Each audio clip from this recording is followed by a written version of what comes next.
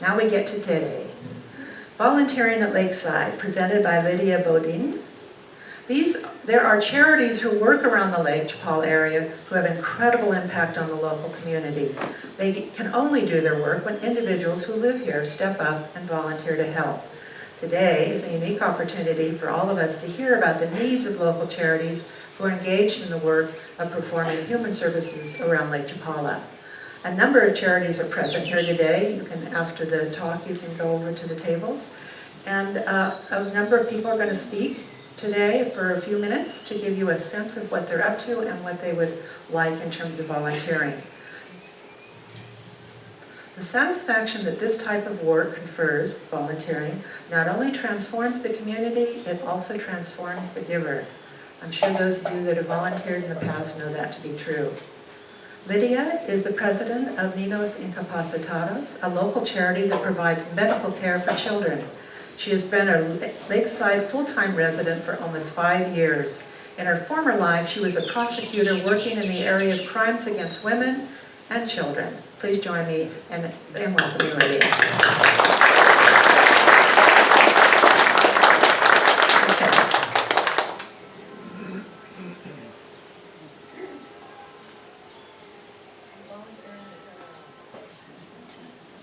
Can you hear me okay? Great, okay. First of all, I'd like to thank Lake Chapala Society for providing this forum to communicate. There are so many ways to communicate in the world. You can use the internet, you can use your email, you can use print, you can be on social media. But I don't think there's anything quite as good as coming together people to people so that we can see who you are and you can see who we are. And I like to think of the coming together when people meet like this as kind of creating what I would think of as collective grace. There really is collective grace, and there is no more collective grace when I think we are working in our community and we are helping our community to thrive, and so that we're all, yeah, a little bit, okay. Is that better? Oh, is that good? Thank you. I don't think there's anything, really quite as good as people coming together and making a difference in their community. A moment ago, the word transformation, I believe, was mentioned. And I like that word. I think working in a charity is enormously transformative.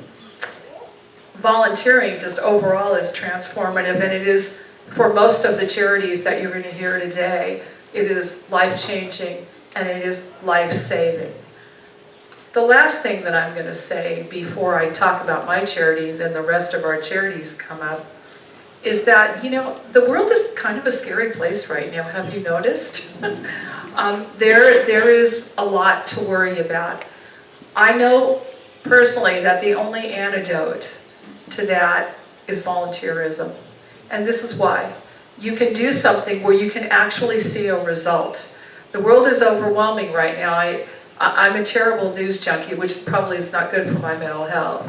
But when I go out and I work in the clinics that my charity works in, and I'm sitting down with real people and I'm solving real problems, I think I feel a little bit better generally about the world. Let me tell you how this is going to work today. There are 7 charities here today. Let me tell you who they are.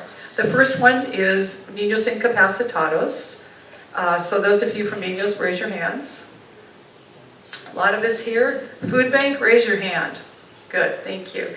Love in Action, there they are. Poco a Poco, the School for Special Children, they are over there. The Lake Chapala Society, I know that you may not think of them traditionally as a charity. I will tell you that I don't know any other group that does more to support us. They provide a forum. I think all points meet here. And they've been enormously helpful to every charity that sits here in this room. And finally, another supporter of ours is the Foundation for Lake Chapala Charities. So raise your hand. We are, the first 5 charities you're going to hear from are frontline charities. I hesitate to call LCS and the Foundation for Lake Chapala Charities second line. They really aren't, they're just really our partners. They are people that make sure we can do what we can do, that we can receive donations and give tax receipts, which is very important. These are important functions. So that is who you're going to hear from today. Let me start with the charity that I'm the president of, Niños Incapacitados. We have been at Lakeside for almost 50 years. I can't believe that. I look pretty young, don't I? No, just kidding. But we've been here for 50 years, and we've been at Lakeside helping children who are profoundly ill and who are seriously and chronically ill. We're not talking like the flu here. What we're talking about is children who have cancer, children who have kidney disease, neurological problems, birth defects. We help children who are from the ages of birth until 18. And when I say help, I mean we give them every possible medical help that we can get, and we're really concentrating on getting quality medical care for our children. That is very important to us. The other thing that we do, and I think this really conveys a sense of the gravity of our work. We do have children who pass away. It's not an often occurrence, but it's not unusual. We do stand with the parents in that dark hour. We do provide burial help. We feel like that's our mission. And there's nothing worse for us when that happens. We can't save every child, but we save a lot of them. The area that we cover is from Jocotepec all the way over to San Pedro. Currently we are serving, we keep on taking kids in, but I think we're a little over 140 right now. That's a lot of families. These children get on our radar largely because we take referrals from the National Social Service Agency known as the DEEF. And what they do is, we have a relationship with them. They let us know that there are children who need our assistance. Sometimes it's families. We actually also assist wards of the court who need medical care.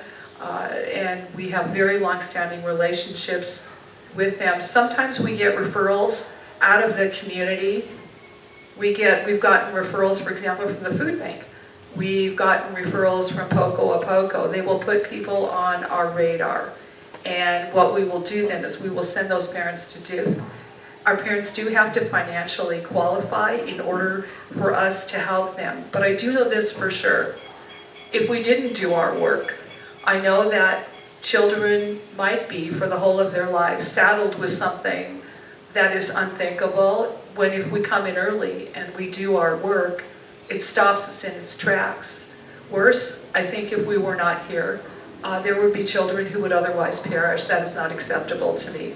And that is not acceptable to my board of directors, and it is not acceptable to the volunteers. And we will go to the mat to save those children's lives. I have a lot of passion for what I do, but so does my board, so do the volunteers that work with us. We have volunteers in our clinic who have been with us in the teens of years.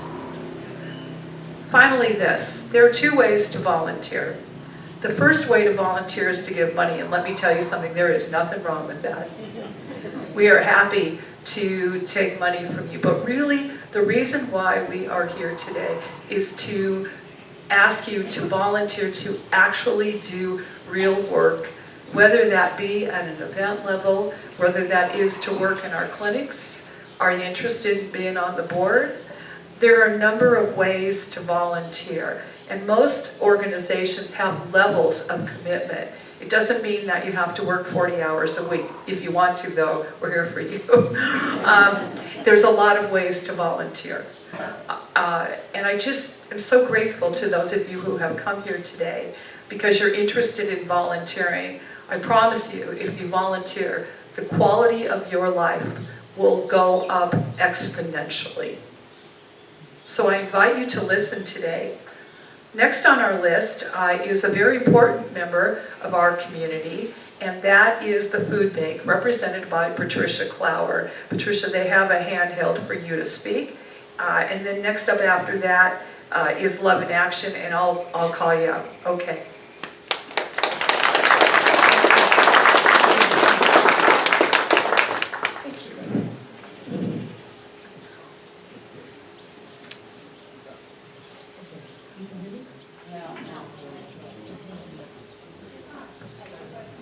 I have to talk.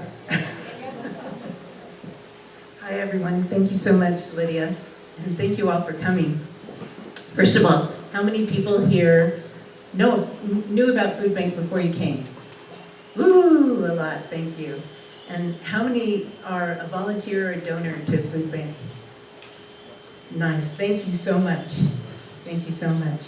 So, in contrast to Niños, Food Bank started 3 years ago this month. So this is our 3rd anniversary. And we started in response to the COVID crisis. We didn't want our neighbors to go hungry while we're walking down the street. Fine. So our tagline is neighbors helping neighbors. And what happened about 6 months after that, when people started going back to work and kind of the needs changed, we realized there was a really serious chronic food poverty problem here at Lakeside that was invisible, at least to me and to many of us prior to this.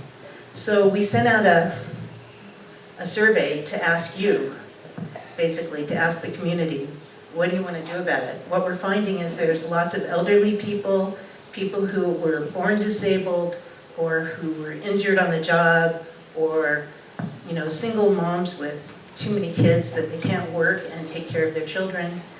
A lot of different situations that kind of fall between the cracks. The need for many kinds of volunteers. We deliver dispenses into the community, so we drive to people's homes and drop off the food. Most people don't have the capacity to come pick it up, and they're kind of big bags of stuff, right? So we have lots of drivers. Our community has many Mexican volunteers who are in each community who determine which families, what they get, and how we deliver. Every community has their own way of doing it, and every community has that autonomy to do it. So we have teams. So we deliver around 650 dispenses a month to families in Ajijic, San Antonio, Ribera, Chapala, San Nicolas, Santa Cruz, and San Pedro. And then the other side is that we also provide the food for the Kids Kitchen program, which you'll hear from our Poco Poco partner about that. There's a program that serves hot lunches 5 days a week to 700 children in San Pedro. And food is essential for these children to be able to even think or go to school or anything. So it's a really important part of the community. I'm an entrepreneur, so I'm always looking for a way to make money. How can you create a business that's sustainable, that actually serves a need, a mission? And something like feeding people just doesn't fall into that category. It's hard to make money when your mission is serving people. So what you get out of this is a tremendous amount of it's just incredible, the people that we serve. Sorry, I always break up on this. So my friends and I talk about, we have our stories that we tell each other. We call it Mexican grace as opposed to collective grace. And Mexican grace are our stories that we tell about the ordinary interactions that we have with our community every day. So that's my invitation to you. You have an opportunity to serve people and to support the community. Please come talk to our team up there. We have a lot of needs that I think we have skills that you could probably fulfill. Thank you.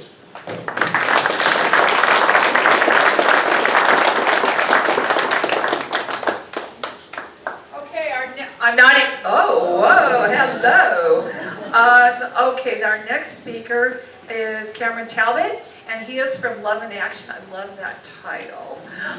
So go ahead, Cameron.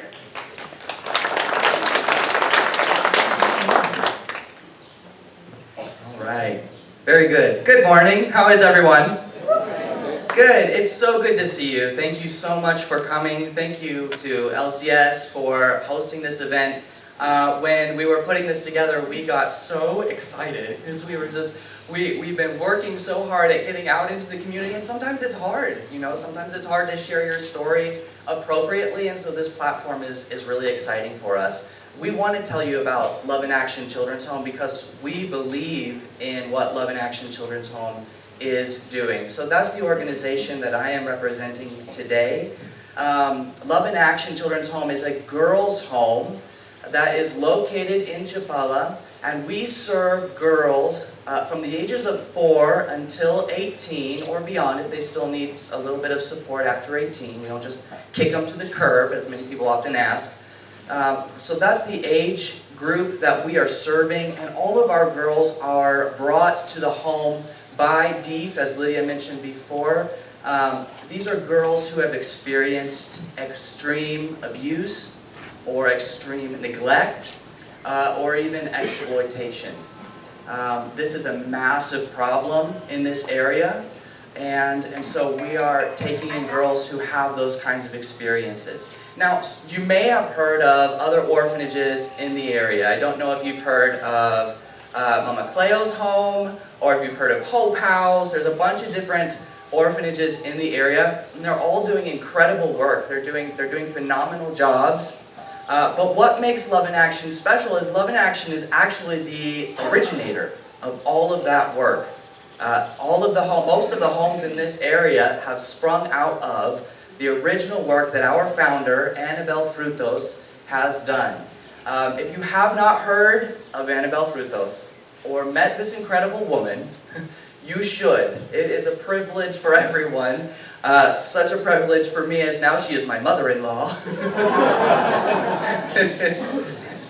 But she's honestly become one of my heroes. She's phenomenal. Love in Action started back in 2003 up in Tepewa. Some of you actually know this history, which is such a cool blessing to hear.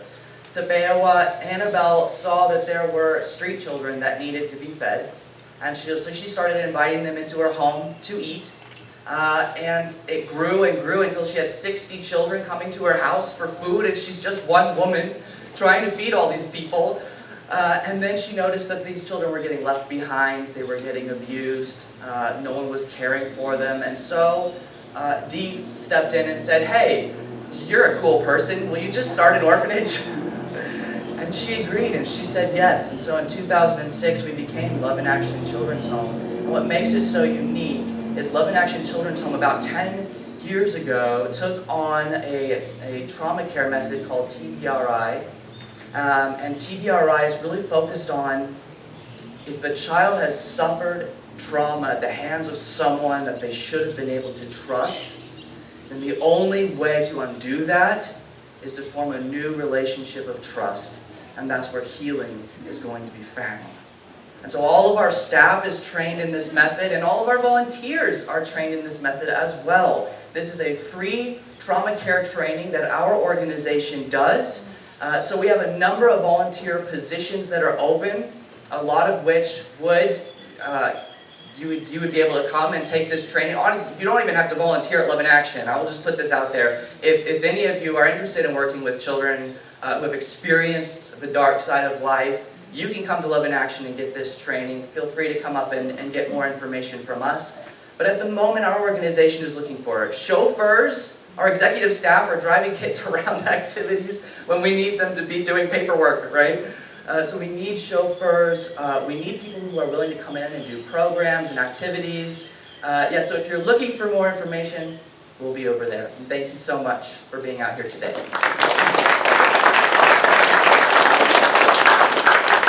All right, Poco, you're up. Francisco Nava is here from Poco a Poco to tell you about really a number of fronts where they are working, just doing a broad amount of community work. Francisco.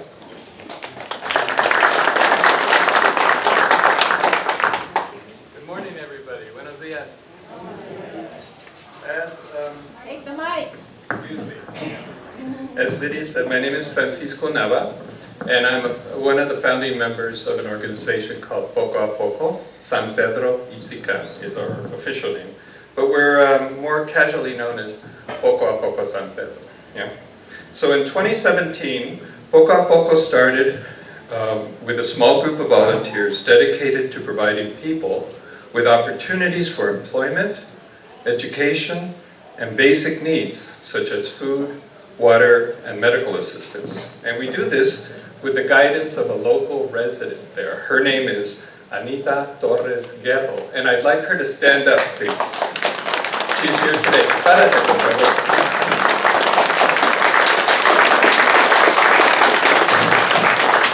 Anita, who, while not originally from this indigenous area, has made it her mission to help people there. Anita is a social worker by profession and has compassion and love for those communities. She is their voice and who they go to for help. We are there to support her work and the communities and run the programs the communities ask us for and encourage other organizations to come and help. Many great things have come from our work through Anita. Gracias, Anita. We support these efforts by fundraising activities, including soliciting grant donations for specifically approved projects from local charitable organizations, and by enlisting the help of volunteers with appropriate skills. We are like an umbrella protecting Anita, and Carrie Higgins is here today as our official umbrella holder. And we encourage other organizations to come and help too. Thank you, Carrie. Our background, the indigenous communities east of Chapala, and they're about an hour and a half drive from here, going east, are there amongst the most poverty-stricken peoples in the Lake Chapala area. They suffer from high rates of malnutrition, medical problems, particularly kidney disease, which is rampant among many children there. This poverty is a result of an almost lack of paid work in the area. They have less fish to catch now, and they have very limited agricultural areas. Kidney disease has affected over 200 young people in the area and the surrounding towns, so the youngest patient is just 2 years old. And these kids often die before they reach the age of 30. And many have children of their own. Few will qualify for a kidney transplant because they cannot provide a kidney donor. These are some of the reasons why it's so important to help them to live their lives to the fullest. And so Poco a Poco support includes medical help, financial assistance for education, and related travel expenses, money towards office overheads, running the maintenance of the organization's single truck, which provides clean drinking water for the Kids Kitchen food program. We provide over 100 garrafones each week of water. Water is vital out there because their water supply in the last 20 years has been very bad.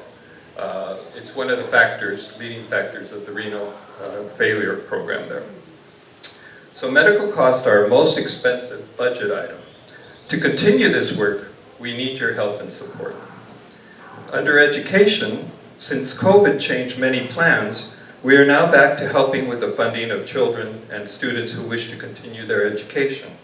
Education in these areas is key to making change. And one of our early students, her name is Xochitl, is now in a four-year nursing program with the University of Guadalajara. And she will probably be the first woman from the area ever to go to university.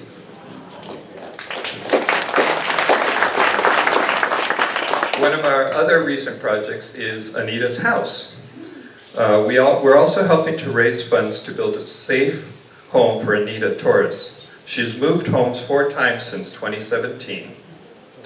Okay. And since then, we're helping her build her house so that she can have a stable place to live. We're also helping to build a community center out there to give access to women and youth to work and learn. And we partner with over 30 nonprofit organizations now in the area. Pet Food Bank Lakeside provides dog foods. We have dentists. We have Niños Incapacitados helping us. And also Wise Girls, Bebé y Yo, and Needle Pushers.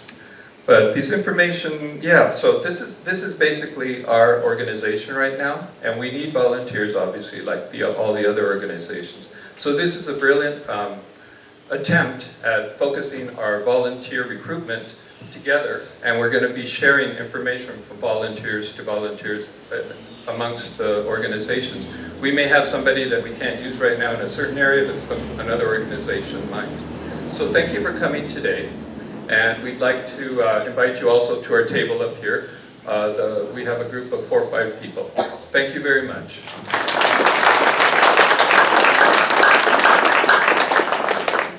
And now we have the School for Special Children. Heather Hunter will tell you about what good work they're doing.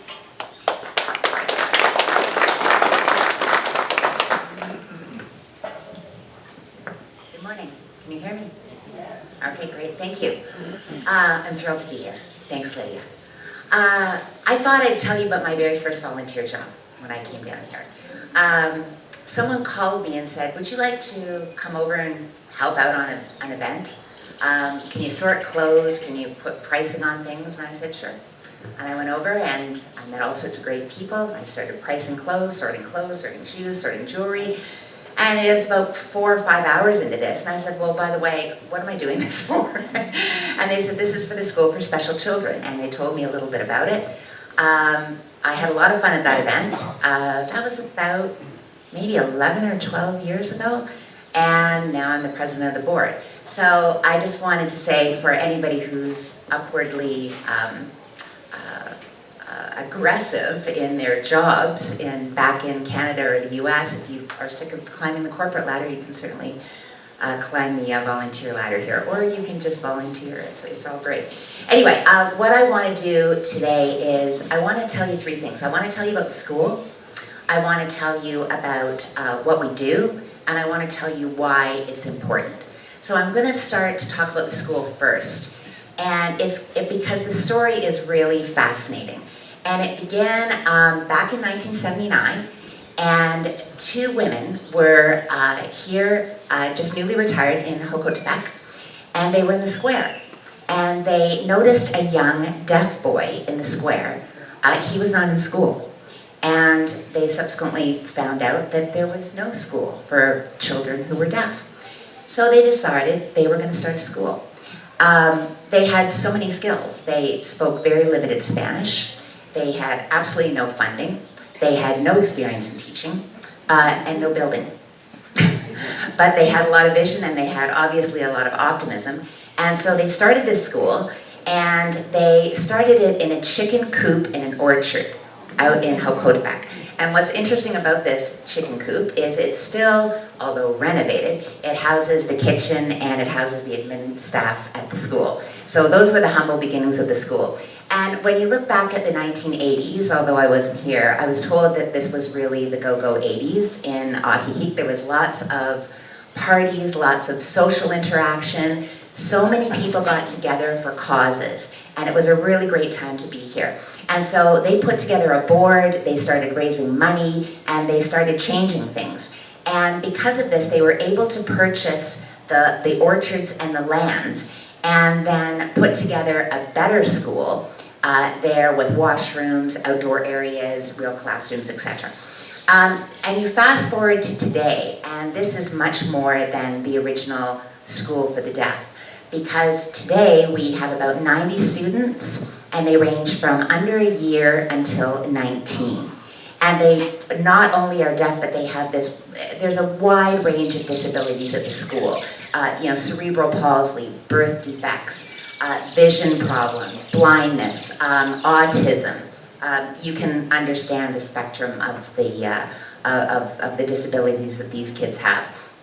And one of the things that has changed in the school is there's a partnership with the government now. So the government actually pays the teachers' salaries, and they also provide the customized educational tools that the teachers use. So that's sort of the history of the school, which, as I said, I think is quite amazing. And now I want to tell you what we do as a board. What we have done as a board is we've retained the ownership of the land and the school property. So if anybody does own property, you know that the upkeep of the property has to be done. So that is part of our responsibility. That's not the so much fun part.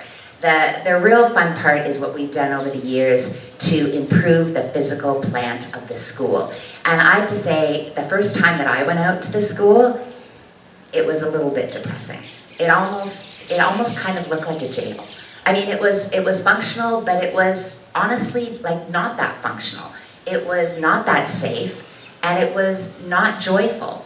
And we've been able to create such a better school for these kids. You know, where sidewalks are safe, where there's doors that are appropriate for physical disabilities so that they can get through these doors, proper windows, proper ventilation, and things that make the school look like if you had a child and you were sending that child to school, what would you want that school to look like? You would want that school to look really, really inviting.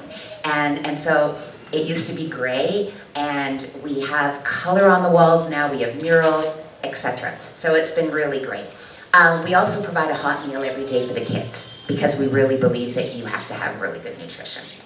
We work with the director to anticipate issues at the school, and we work very closely with the teachers and the directors who are just so, they're so incredibly talented, and they're just so incredibly dedicated.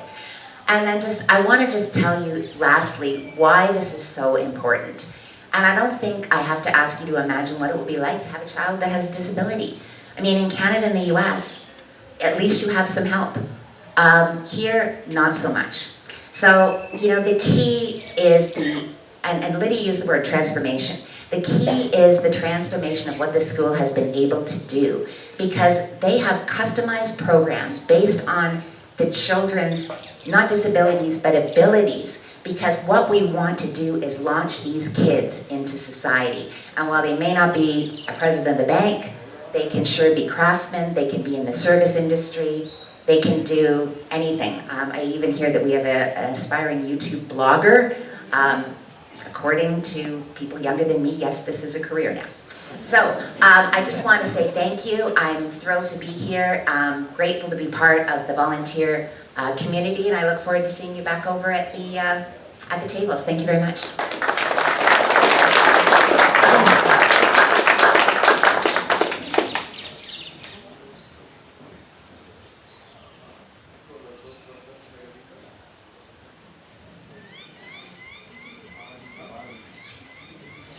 Okay.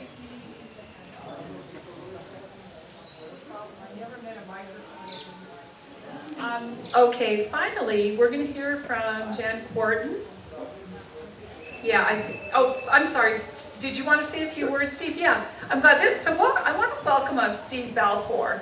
As you know, he's the president of this great place where we're all here this morning, but like all of us, he has needs too.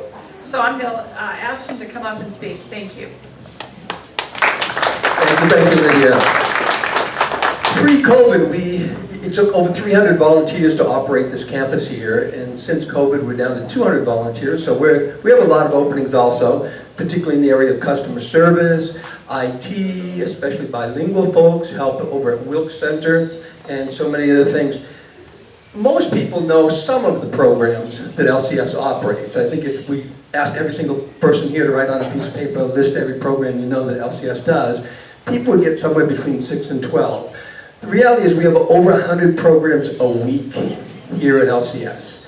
We have about 2,500 members, another 1,500 people who use our campus that are not members, but that's fine. And we get, in the high season, over 2,000 people a week visiting our campus. During the slower season, now it's down to about 1,000 people a week that come onto our campus. We have a lot of women's empowerment group, an embroidery group. We have student aid, as mentioned earlier, that we provide to students to help them with their continuing education. Support groups such as AA, Al-Anon, dementia support groups, end-of-life planning. And our needs are largely in the area of customer service, IT, especially bilingual folks, and fundraising, like every charity needs help in fundraising. And with Open Circle itself here, we're looking for some people to come together as a committee to help with the refreshments and line things up. So those are some of the things we do. LCS is very much committed to community collaborations. So our sort of slogan, if you will, is extending our legacy as an oasis for personal enrichment, socialization, and collaboration throughout Lakeside. And we try to do that with our concerts. We've supported many different charities that are here today through our concert efforts. And we really want to bring everybody together. So, Lydia, since you organize it, we choose a number between 1 and 5. Then we can find a slip of paper that has that number on it. 4. And what group is on that piece of paper there? Whoops. School for Special School for Special Children. So the donations collected today, we would like to donate to this organization. Since I came from all of you, thank you all so much. And at the risk of sounding like Oprah Winfrey, and you get a car and you get a car, that if anybody would like to come to the concert tonight, since you all are volunteers, and volunteers are what make organizations exist. Nonprofits could not exist without volunteers. If you'd like to come as our guest tonight to the concert at 5 o'clock, please step up here afterwards. We'll give you, I don't have the actual concert tickets on it, but we'll give you one of these tickets. You'll just turn this in at the door. Come on and join us 5 o'clock for a complimentary concert for all the volunteer recognition. Thank you so much. Wow. Yeah, she just said he's a good man. He sure is. Thank you. Thank you, Steve. Finally, I'm going to ask Jan Quarton to come up. She is the head of the Foundation for Lake Chapala Charities. Lake Chapala Charities is a 501c3 corporation. That doesn't sound very exciting, but if you're a charity and you want to take in money and give a tax receipt from the United States of America, it's very exciting. So I'm going to give the mic to Jan now.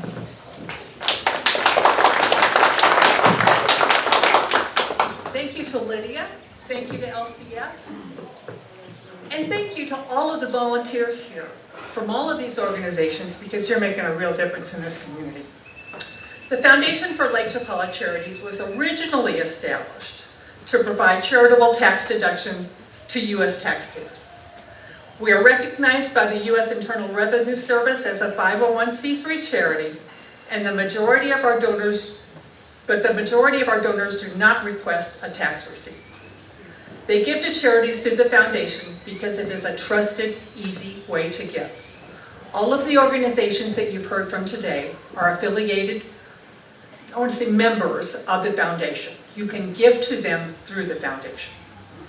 Our primary purposes remain to attract money for the charities around Lake Chapala and to allow those who donate to claim a U.S. tax deduction for their gifts to those charities. We also promote giving to charities around Lake Chapala and provide reasonable assurances that the charities affiliated with us have strong volunteer leadership and are providing needed services. We have been operating since 2009, founded by Rick and Sandy Feldman. During these past 15 years, we have exceeded $3.5 million US dollars in distribution to local charities. 39% of this amount in the past 2 years. Just last year alone, we distributed $660,000 US dollars to local Lakeside charities. We have grown substantially and now have 33 local associated organizations providing services in the areas of health, education, and human services, animal welfare, and general community improvement. We withhold a small administrative handling fee for non-PayPal donations in order to cover the costs of the website, tax filings, office expenses, and occasionally for advertising. We have no paid staff. We operate entirely by volunteers. The fees withheld are less than 0.5% of the money we receive. We did not withhold any fees against PayPal contributions because they are assessed a processing fee by PayPal. As with any money transfer from the US or Canada to Mexico, there are some additional banking and conversion fees. We ask all donors to select a charity to receive their contributions from our list of approved organizations on our website. Any donations received that are not earmarked to a designated charity are given to those charities whose services are deemed most in need of assistance. Our website provides several ways to make a contribution with complete instructions for each, by PayPal, credit or debit card, check or money order, or wire transfer. That's our website. That tells you everything you need to know about how to give to any of these 33 charities. The foundation will also accept endowments and bequests for any of our charities, but this is an undeveloped service, and we are seeking volunteer leaders with expertise in this area, both legal experience and financial expertise, to assist donors who wish to make post-life contributions to the foundation in their estate planning instruments. We currently have a board of 7 dedicated volunteers, and I am not the lead volunteer, I am just a board member. We are looking to strengthen the organization by initiating a strategic planning process in June. We could use volunteer leaders with experience in strategic planning, as well as volunteers to assist with our current finance committee members in processing contributions. Specific areas we could use assistance are accounting and banking, and improving methods of receiving contributions efficiently. Almost all of our contributions are in US dollars, and we would like to explore ways to enable even more of the contributed dollar to reach the designated charities. Volunteer leaders are invited to assist the foundation who have knowledge regarding international banking, and in particular, Mexican financial institution regulations. We need someone knowledgeable to explore more convenient and less costly ways for donors in the United States and Canada to make cross-border contributions. We could use help with maintaining computer applications and database systems needed to run the organization, as well as volunteer help with donation deposits and withdrawals and executing bank account reconciliation work. We need to transition to using nonprofit accounting and operating system software. We need to cross-train multiple individuals to execute operating tasks. Volunteers are needed to assist with government reporting to fulfill tax filings and other government reporting obligations, both in the US and in Mexico.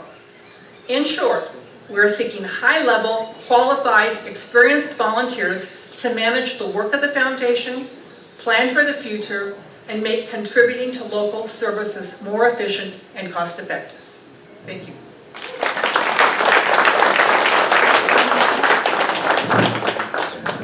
Well, usually there is a question and answer period after Open Circle talks. So we're going to adjourn over there so that we all have tables set up. You can come and talk to us if you're interested about what we do, if you're interested in volunteering.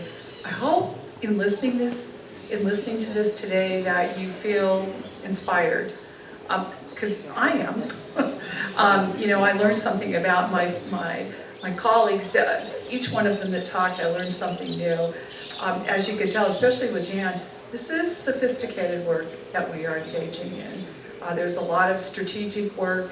I mean, when I heard Patricia say, we're sending out 650 dispenses, if you start thinking for a moment about the logistics of all of that, you will quickly realize that there's a lot to this. Love in Action, the care for girls who need help. I mean, this is very sophisticated work. The school, very sophisticated. They're running a special education school. So this isn't, kind of like a PTA kind of thing. This is real work, all right? And if you've got a talent or a skill, I'm putting the call out to you right now, right here. I hope you're interested. We'll meet you over there. Thanks.